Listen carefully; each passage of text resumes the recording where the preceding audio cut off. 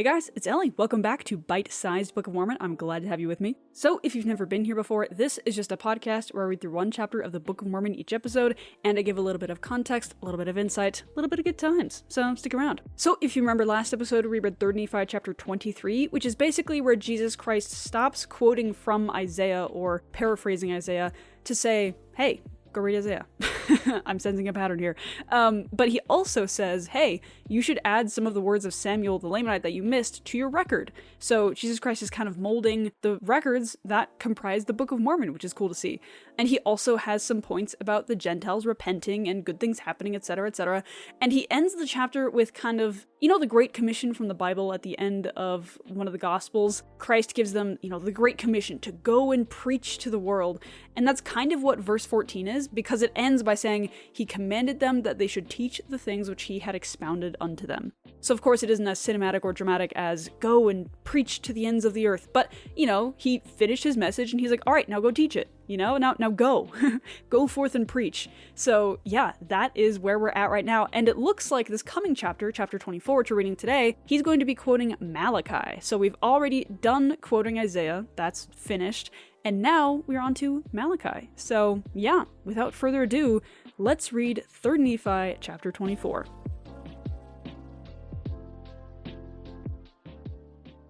And it came to pass that he commanded them that they should write the words which the Father had given unto Malachi, which he should tell unto them. And it came to pass that after they were written, he expounded them. And these are the words which he did tell unto them, saying, Thus said the Father unto Malachi, Behold, I will send my messenger, and he shall prepare the way before me. And the Lord whom ye seek shall suddenly come to his temple, even the messenger of the covenant whom ye delight in. Behold, he shall come, saith the Lord of hosts. But who may abide the day of his coming, and who shall stand when he appeareth? For he is like a refiner's fire, and like fuller's soap. And he shall sit as a refiner and purifier of silver, and he shall purify the sons of Levi, and purge them as gold and silver, that they may offer unto the Lord an offering in righteousness. Then shall the offering of Judah and Jerusalem be pleasant unto the Lord, as in the days of old, and as in former years. And I will come near unto you to judgment, and I will be a swift witness against the sorcerers, and against the adulterers, and against false swearers, and against those that oppress the hireling in his wages, the widow and the fatherless, that turn aside the stranger, and fear not me, saith the Lord of hosts. So, like I said, Jesus is quoting Malachi, and the first verse he quotes says, Behold, I will send my messenger, and he shall prepare the way before me. And so he's talking about someone who will precede his coming. And that messenger will be like the refiner's fire and like fuller's soap. He shall purify, as verse 3 says, the sons of Lehi, purge them as gold and silver. And then verse 4, Then shall the offering of Judah and Jerusalem be pleasant unto the Lord, as in the days of old. And so basically this messenger coming before God will purify the people, will be a refiner's fire and fuller's soap, and as the end of verse 3 says, that they may offer unto the Lord an offering in righteousness. And so this purifying, this refining is required so that the people can offer God a righteous offering.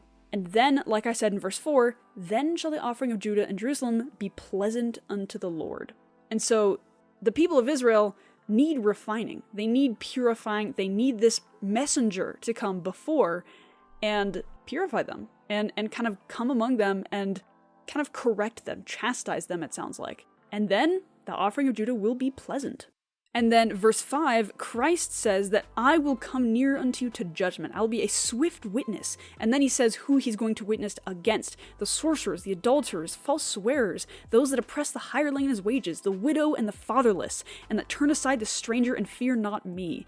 And so Christ, it seems, is basically going to be the judge, and he's going to witness unto the Father of these people's sins. Because, of course, as I've mentioned multiple times in the last few chapters, Christ is the mediator between us and the Father.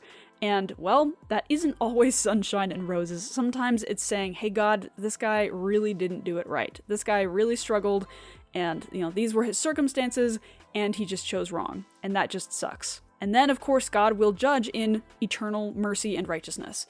And like I said, it's not always sunshine and roses, and that's what it sounds like he's doing here. He's acting as that mediator and witnessing unto the Father that these people didn't do the right thing. that these people were sorcerers, and they oppressed people, and they turned away widows and fatherless, and they didn't fear the Lord. So, yeah, it's fascinating. And of course, the messenger coming before the second coming, which this is referring to the second coming, isn't necessarily Christ. And in fact, I don't think it is, because the second coming would be Christ. And so there is going to be a messenger before the second coming to act as a refiner's fire and as fuller's soap to kind of purify the people and help them offer a pure and pleasant offering to God. And either at the same time or after that, Christ will act as a judge for these people. So yeah, good and bad things happening all over the place. For I am the Lord, I change not, therefore ye sons of Jacob are not consumed. Even from the days of your fathers ye are gone away from mine ordinances, and have not kept them.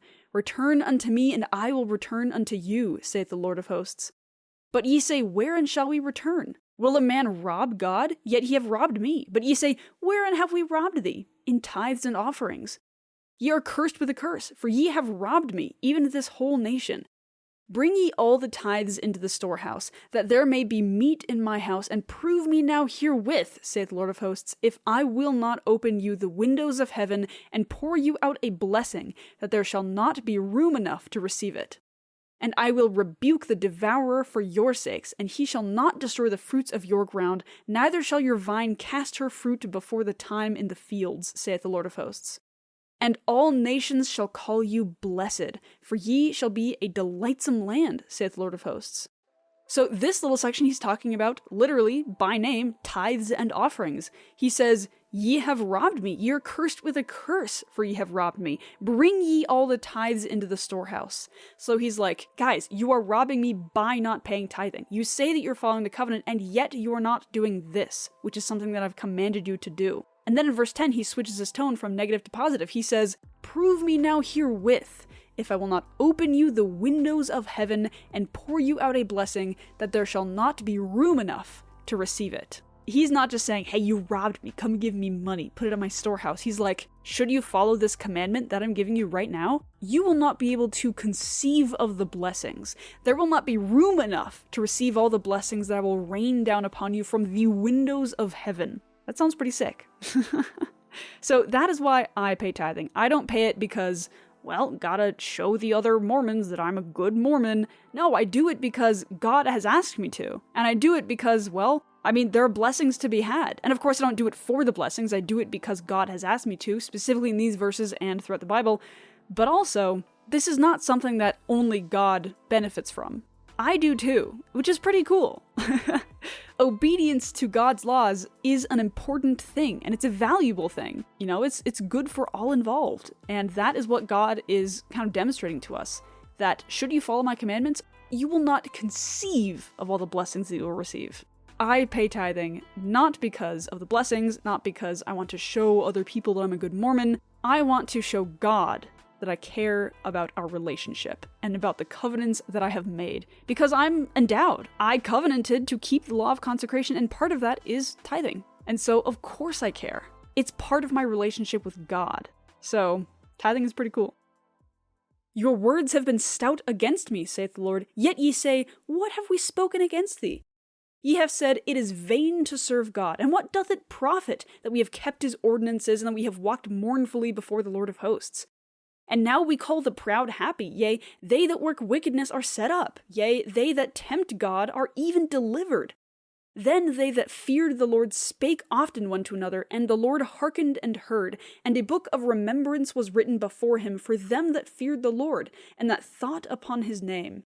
And they shall be mine, saith the Lord of hosts, in that day when I make up my jewels, and I will spare them as a man spareth his own son that serveth him. Then shall ye return and discern between the righteous and the wicked, between him that serveth God and him that serveth him not.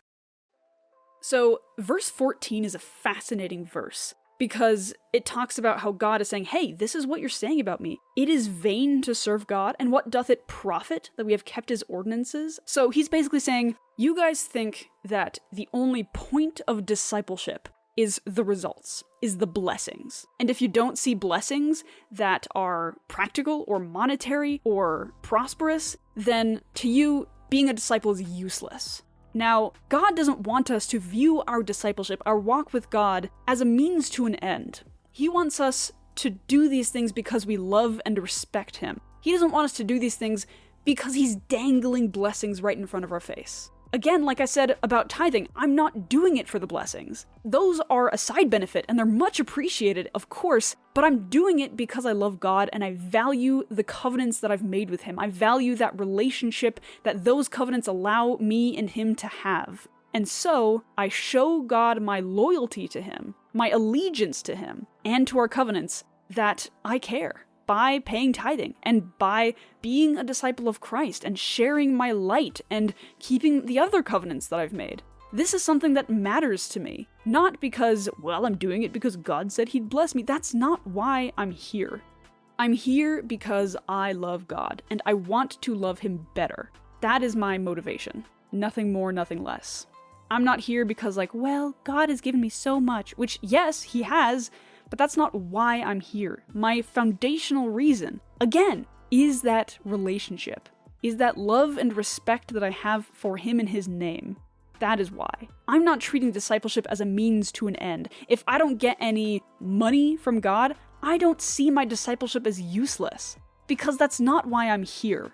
And so if someone says, hey, why should I follow God if I don't get anything from it? Correct them and say, why are you here to get something?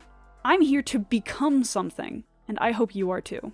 So I love that verse. That means so much, because it asks us to reframe our walk with God. It asks us to reframe why we're here, and I think that's so cool. So yeah, that's the chapter. Christ quotes Malachi talking about the stuff preceding the second coming, and how there will be a messenger before the second coming, kind of purifying the people. Now, is that a good thing or a bad thing? Depends on who you are. So yeah, the standout verse of the chapter is going to be verse 7, which says, even from the days of your fathers ye are gone away from mine ordinances, and have not kept them. Return unto me, and I will return unto you, saith the Lord of hosts. But ye say, wherein shall we return? So this is right before it talks about tithing in this chapter, and this is his setup. He's like, from the days of your fathers you're gone away from mine ordinances. And so this leaving of God's covenant path, this deviation, has been going on for at least more than a generation. Because he's like, yeah, from the days of your fathers this has been happening. And so this is a generational problem, and yet he says, return unto me, and I will return unto you. If you've listened to a couple of the more recent episodes, I've talked about this allegory that I find in Michelangelo's Creation of Adam painting. It's part of the Sistine Chapel. It's very famous. You definitely know it if you look it up. And it's basically God is in heaven and he's reaching out his hand to Adam, who is on the earth, who's reaching back. And God's hand is stretched out completely, his fingers are extended, and his wrist is straight, and he's reaching out as far as he can. And Adam, well, he's kind of lounging on land, his wrist is a little bent, his fingers aren't quite straightened out. So if Adam were to stretch forth his hand and kind of sit up a little bit more, he would be able to grasp the hand of God. And yet, his wrist is kind of not quite there, you know? He's kind of half-heartedly reaching. Which, I don't even know if this is like an intentional part of the painting on Michelangelo's part, but it is definitely something that we can learn from. Because remember, what I'm talking about here is in verse 7, when God says, return unto me and I will return unto you. He is constantly reaching out for you, but you have to return to him. You have to stretch out your hand, straighten your wrist, and grasp his hand for him to return to you. We have to stop pushing God away. We have to allow him into our lives for him to have an effect. God cannot force things on us because he values our agency too much. And so even though these people have been essentially in at least partial apostasy for generations, God is still saying, return unto me and I will return unto you. He's not holding this generational apostasy against them. He's like, hey, just stretch your hand out. Just come back to me and you'll get everything that you haven't been able to access for the last generations. Because I'm still reaching out. It's been a while. I haven't been able to grasp any of your hands in a while, but I'm still reaching. I'm never going to stop reaching. That is what God is saying to these people. Again, return unto me, and I will return unto you. So yeah, that is the episode for today. I hope you enjoyed. This is definitely a cool chapter, because again, Christ isn't just using his own words, he's leaning on the words of Old Testament prophets, which shows that those Old Testament prophets were not only legitimate, but really legitimate. So that's pretty awesome. Imagine being an Old Testament writer and God himself quotes your words. Oh my gosh, that would be insane. And that happens a few times in the New Testament as well, which is very fun. But anyways, yeah, so I just have one link down in the show notes that I want to share with you. It's my link tree. It's where you can access everything associated with me and the podcast. You can read the Book of Mormon for free, so if you don't have your own copy, go click that link, read the words on the pages. It's worth it. This book is amazing. You can also find my Instagram and YouTube if you want to find my short form content there as well. You can also donate to me because I do this as a passion project just for the vibes, so anything you give will be greatly appreciated. And you can also get some Book of Mormon insights into your email inbox every once in a while. So anyways, have a lovely day. That's all I've got for you today. I'll talk to you later. Bye.